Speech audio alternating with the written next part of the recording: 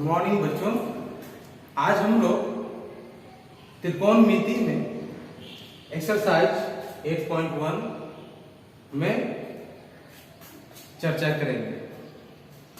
तो इससे पहले हम लोगों ने त्रिकोणमिति के कुछ भूमिकाओं, कुछ इम्पोर्टेंस बिंदुओं को हम लोग जाने। अब हम लोग एक्सरसाइज 8.1 का क्वेश्चन नंबर 1 हम लोग जानेंगे। बोला गया है इसमें कि एबीसी, त्रिभुज एबीसी में जिसका बी समकोण है और उसमें एबी का वैल्यू 24 सेंटीमीटर और बीसी का वैल्यू 7 सेंटीमीटर है, तो निम्न का मान ज्ञात कीजिए। जिसे साइन ए और कोस ए का वैल्यू ज्ञात करना है और साइन सी और कोस सी का वैल्यू ज्ञात करना है। तो सबसे पहले हम लोग क्या करेंगे कि एक समकोण त्रिभुज बनाएंगे। तो समकोण त्रिभुज में बताया यह जा रहा है कि बी जो है वो क्या है, समकोण। मतलब हम लोग बी जो लेंगे वह समकोण होगा, 90 डिग्री का एंगल होगा। और बाकी अन्य जो है बिंदु ए और इसे हम लोग सी मान लेते हैं, ए बी सी, जिसमें से बी समकोण है।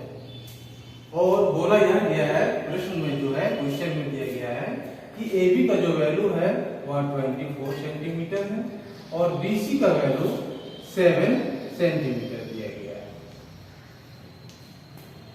अब हम लोग, क्योंकि हमें जानना है साइन ए का वैल्यू और कोस ए का वैल्यू, तो उससे पहले हम लोग सभी भुजाओं का मान हम लोग ज्ञात करेंगे।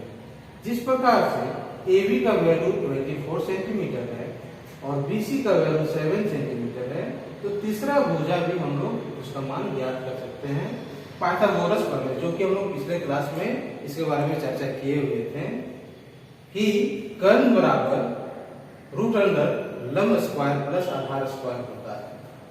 तो यह जो है यह कर्ण होगा। क्यों? क्योंकि बी जो समकोण बना रहा है इसके सम्मुख भुजा वह कर्ण, ठीक है। मतलब AC का वैल्यू क्या होगा वो हम लोग इसके माध्यम से ज्ञात करें, पाइथागोरस सूत्र से। तो चलिए हम लोग ज्ञात करेंगे। दिया है उसको हम लोग दर्शा देते हैं कि ABC एक समकोण त्रिभुज है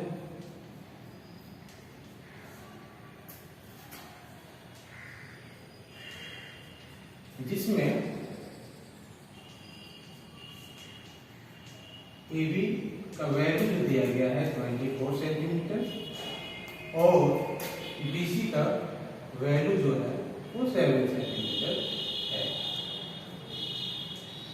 अब हम लोग यहां से AC का वैल्यू ज्ञात करेंगे। तो AC का वैल्यू वही पाइथागोरस सूत्र से हम लोग ज्ञात करेंगे।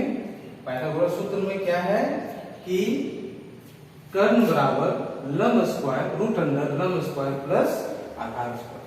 दैट मीन्स रूट अंडर क्या है ये BC का स्क्वायर प्लस AB का स्क्वायर।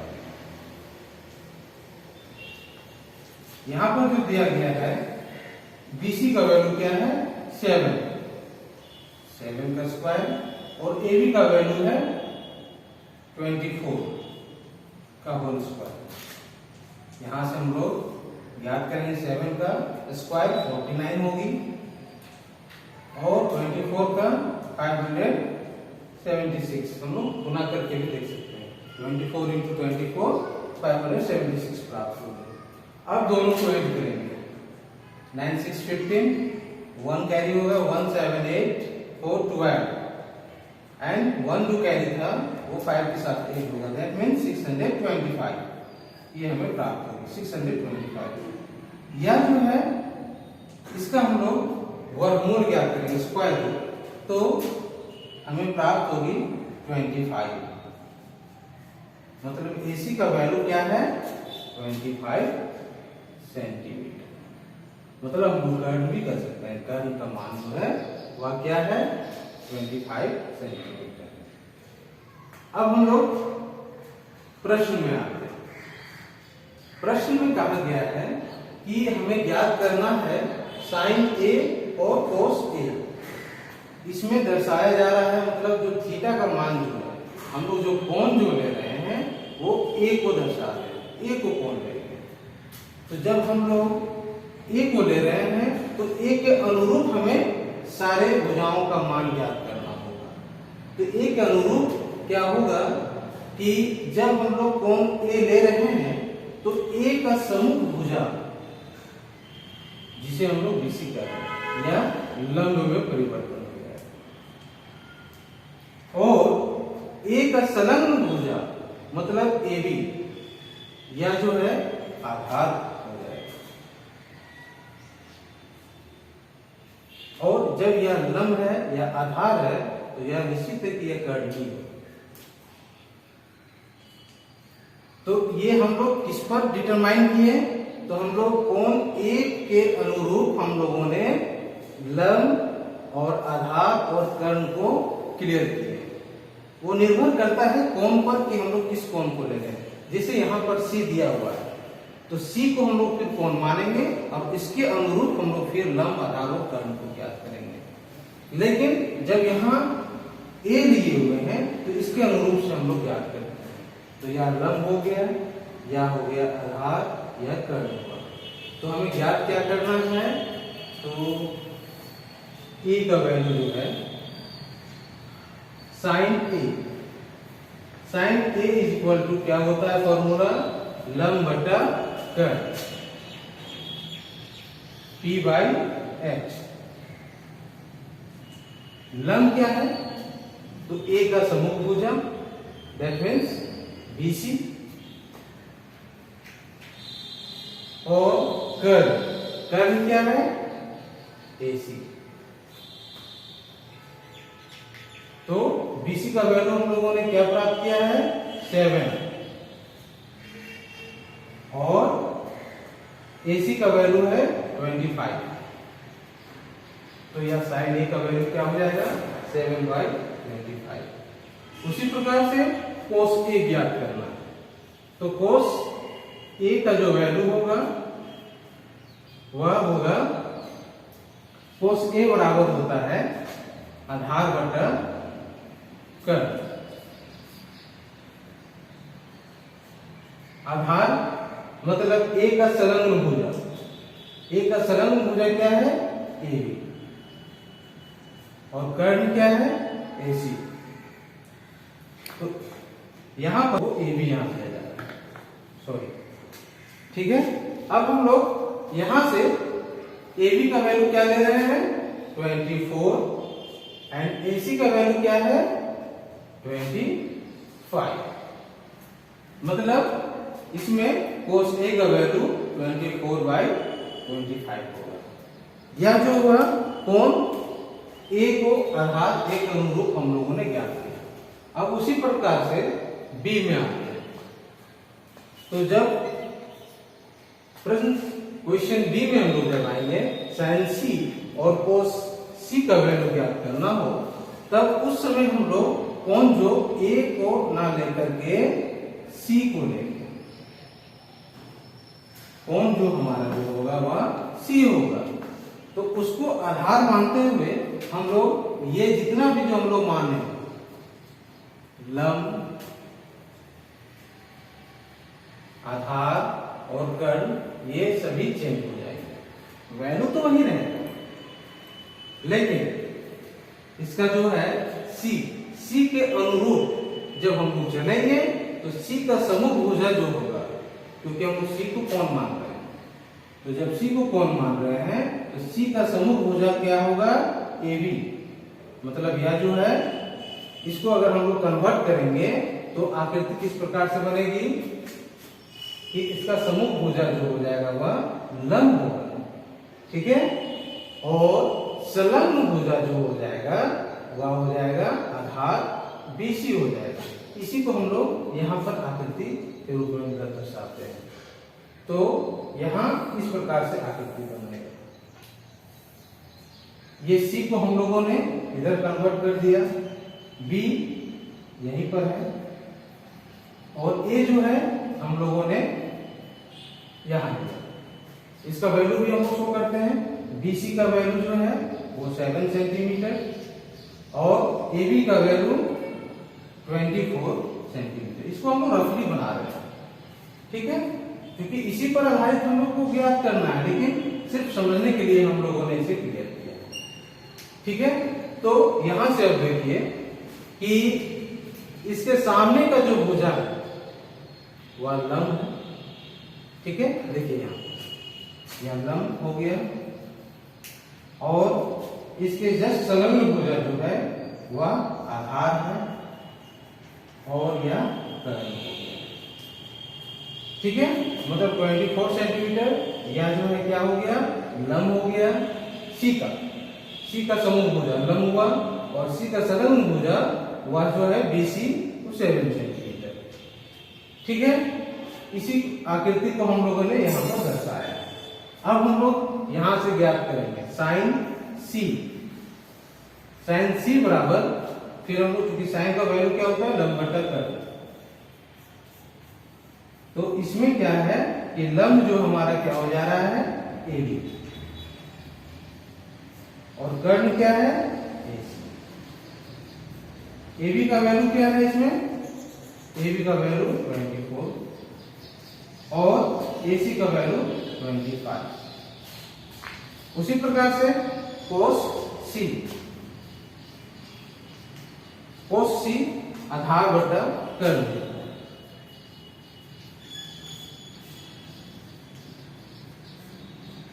आधार मतलब C का संलग्न भुजा वह क्या है, BC, और कर्ण क्या है, AC। तो BC का वैल्यू जो है वो क्या है, यह हुआ 7 और AC का वैल्यू क्या है, वह है 25, ठीक है। मतलब sin C का वैल्यू 24/25 और cos C का वैल्यू 7/25 प्राप्त हो रहा है, ठीक है। इसी प्रकार से नेक्स्ट क्वेश्चन में आते हैं हम लोग, क्वेश्चन नंबर 4 में।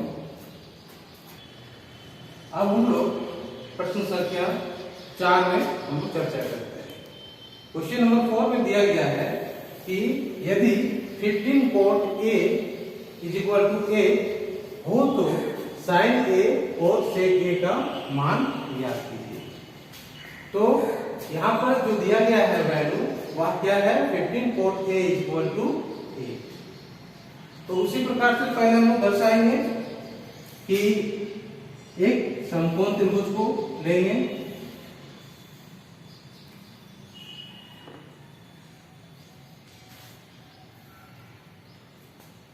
ठीक है, और इसके आधार को हम लोग इसी के आधारित या इसी के अनुरूप हम लोग इसे हल करेंगे और अन्य जो त्रिकोणमितीय अनुपात है उसका भी मान ज्ञात करेंगे।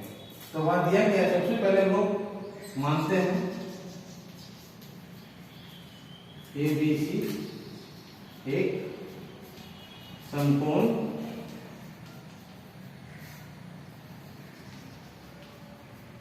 त्रिभुज है जिसमें B समकोण और कोण जो हम लोग दर्शाएंगे वह एक हो जाएंगे, ठीक है। मतलब इसमें 15 cot A = 8 बताया जा रहा है, जिसमें से 15 को इधर ट्रांसफॉर्म करेंगे राइट साइड में, तो cot A = 8/15 हो जाएगा। मतलब cot A का जो हम लोग मान जानते हैं कि वह होता है आधार बटा लंब, दैट मीन्स B/P, आधार बटा लंब दिया हुआ, दैट मीन्स क्या है इसमें कि आधार जो है वह 8 है सेंटीमीटर है और इसमें जो P का जो वैल्यू है वह 15। तो अब हमें ज्ञात क्या करना है इसमें से, क्योंकि यह त्रिकोणमितीय अनुपात में है इसलिए इसको हम लोग 18 के मान लेते हैं एंड इसको भी 15 के मान, अभी हम लोग इसको दर्शाएंगे, ठीक है। तो आधार AB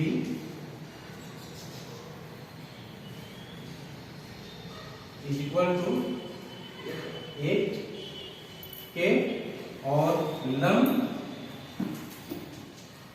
वह जो है BC उसे हम लोग 15K मान लेते हैं। अब इसी के अनुरूप इसी को आधार मानते हुए हम लोग AC का भी मान ज्ञात करेंगे पाइथागोरस प्रमेय का प्रयोग करते हुए। तो AC is equal to value जो है BC का होल स्क्वायर दैट मीन्स लंब का होल स्क्वायर प्लस आधार का मतलब AB का होल स्क्वायर। इसमें BC का वैल्यू क्या दिया हुआ है 15K का होल स्क्वायर और AB का वैल्यू क्या है 8K का होल स्क्वायर। 15 का स्क्वायर जब हम लोग याद करेंगे 15K का तो वह 15 into 15 is equal to 225K square और इसका जब हम लोग याद करेंगे 8K का होल स्क्वायर तो इसमें हमें प्राप्त होगी 864K स्क्वायर। दोनों को ऐड करेंगे तो ऐड करने पर प्राप्त होगी हमें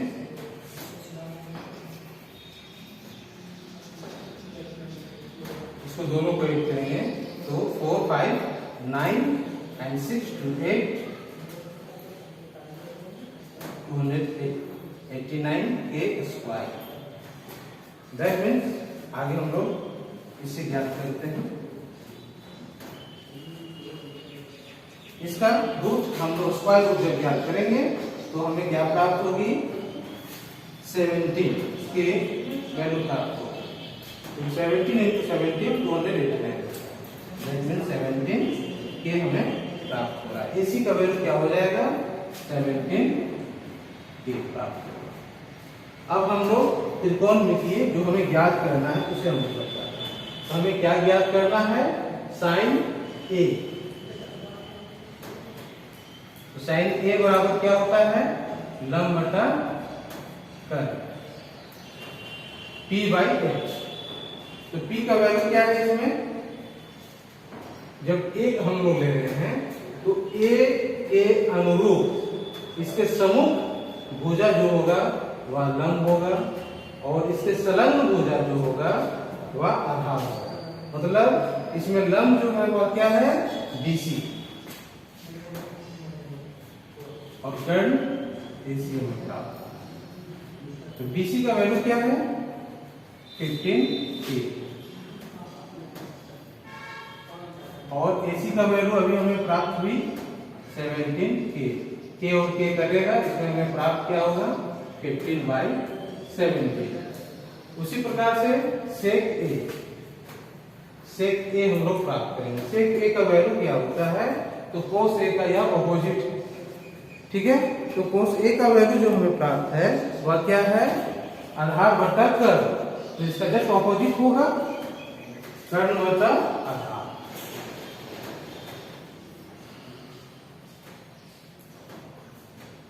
तो कर्ण का वैल्यू क्या है इसमें दिया हुआ वह है AC और आधार AB। ठीक है तो AC का वैल्यू क्या हुआ यहां से 17K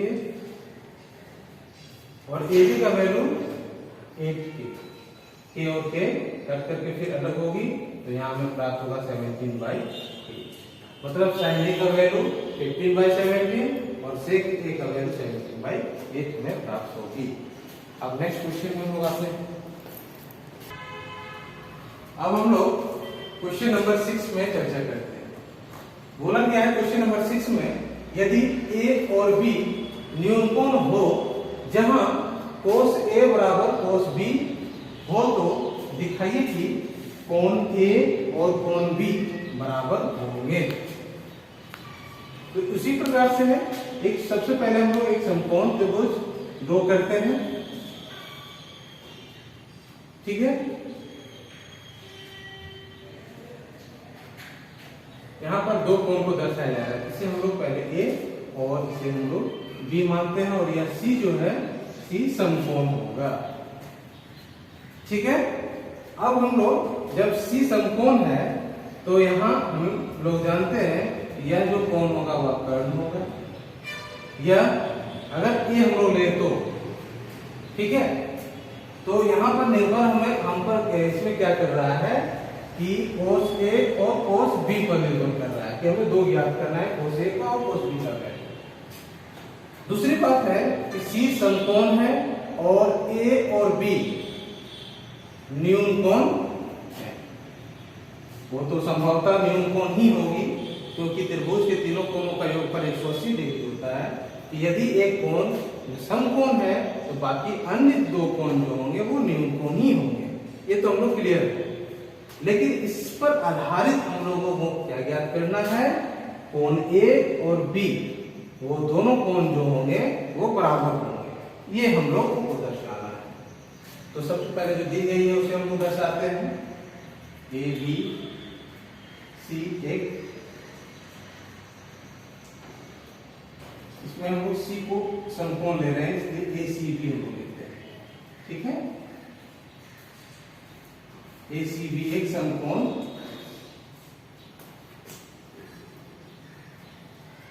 त्रिभुज है तथा ए और कोण तथा और कोण बी न्यून कोण है।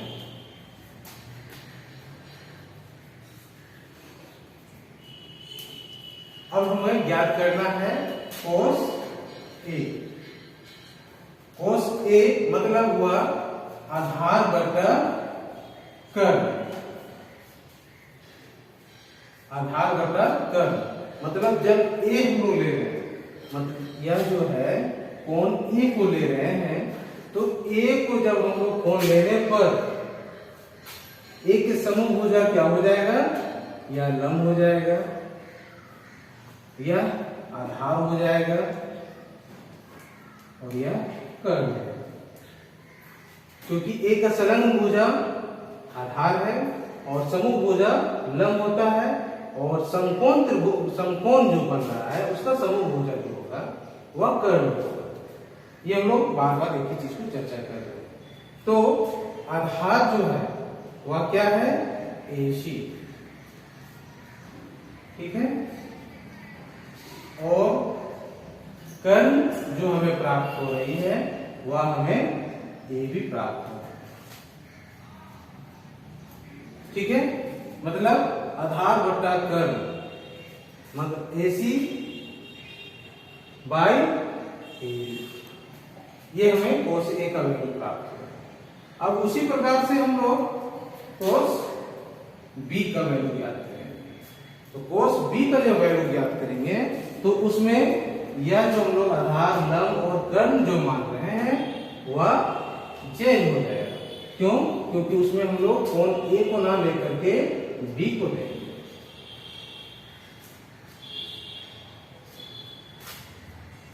कोण हम लोग किसको ले रहे हैं, बी को ले रहे हैं। तो बी के अनुरूप हमें ज्ञात करना है। तो बी के अनुरूप जब हम लोग ज्ञात करेंगे तो बी का समूह भुजा AC है, AC क्या हो जाएगा, या लंब में परिवर्तन हो जाएगा और बी का संलग्न भुजा वह आधार हो जाएगा, ठीक है, क्योंकि इसको हम लोग राउंड ऑफ करेंगे इस प्रकार से हमें प्राप्त होगा। इसको हम लोगों ने नीचे किया, ठीक है, और C यहां पर हो रहा है और A ऊपर में। तो देखिए यहां पर किस प्रकार से प्राप्त हो रहा है, AB जो है वह क्या है, कर्ण, BC यहां से आधार और AC जो अभी हम लोग लंब दर्शा रहे हैं या लंब हो गया। तो इस पर आधारित जब हम लोग B को कोण मान रहे हैं तो B को अनुरूप AC लंब हो जाएगा, BC आधार होगा और AB कर्ण होगा।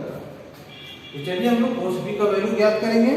तो कोस B का वैल्यू जो होगा उसी प्रकार से कोस का वैल्यू क्या होता है, आधार बटा कर्ण, लेकिन इसमें हम लोग कोण B को ले रहे हैं का जो आधारित है आधार वह क्या है BC और कर्ण क्या है AB। ठीक है, तो cos A बराबर AC बाई AB प्राप्त हुई और cos B बराबर BC बाई AB। अब हम लोग प्रश्न में आते हैं।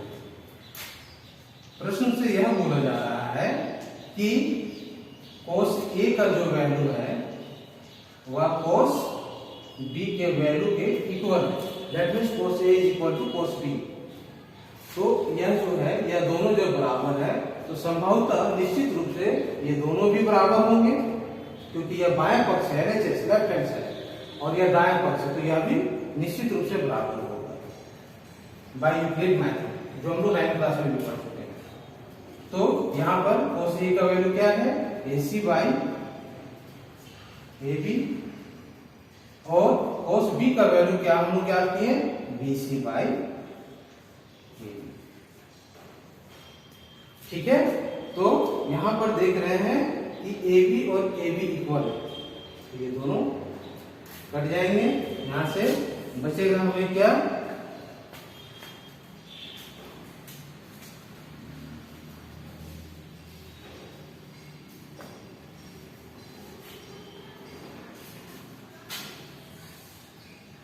यहां से हमें प्राप्त हो रही है AB और AB जब कट रहा है तो AC is equal to BC प्राप्त होगा।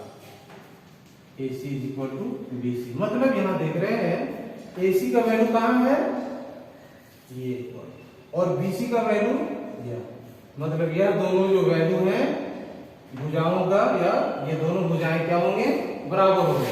AC is equal to BC। तो क्योंकि AC बराबर BC है तो इसके सम्मुख कोण जो होंगे, सम्मुख कोण मतलब AC का सम्मुख कोण B और BC का सम्मुख कोण A, ये दोनों कोण बराबर हैं। मतलब AC का सम्मुख कोण क्या है B और BC का सम्मुख कोण A, तो ये दोनों भी कोण बराबर हैं। क्योंकि हम लोग जानते हैं ये चैप्टर 6 में हम लोग पढ़े थे भी और पहले से भी यह क्लियर है कि किसी त्रिभुज में समान भुजाओं के सम्मुख कोण बराबर होते हैं। ठीक है, तो हम लोग उसको दर्शाएंगे कि किसी त्रिभुज में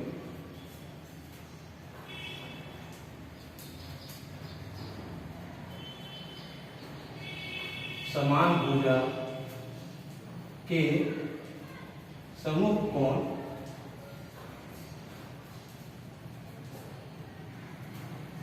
समान होता है। ठीक है, तो क्योंकि हमें इसमें यही दर्शाना था कि कोण A बराबर जो है अतः कोण A जो है वह कोण B के बराबर होगा। ठीक है।